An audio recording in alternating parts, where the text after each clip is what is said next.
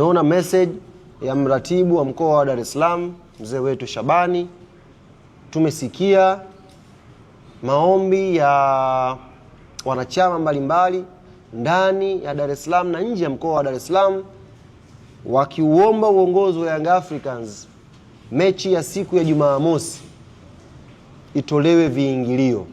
Sasa asubuhi leo viongozi wamekutana na wamelichakata hili jambo kwa picha kubwa. Kwa hiyo ambacho uongozi wa klabu ya Young Africans umekubaliana, mechi hii ya Jumamosi Benjamin Mkapa dhidi ya Silver Striker, mechi hii ya maamuzi ya kuipeleka Young Africans kwenye hatua ya makundi ya CAF Champions League msimu huu, mechi hii imeondolewa viingilio majukwaa yote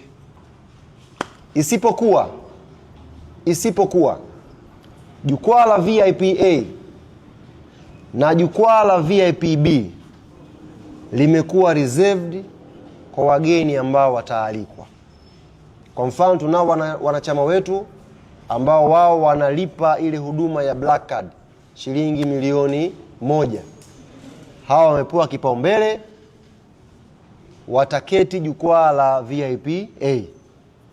Lakini pia kuna wageni waalikwa mbalimbali ambao majukwaa hayo yamekuwa reserved.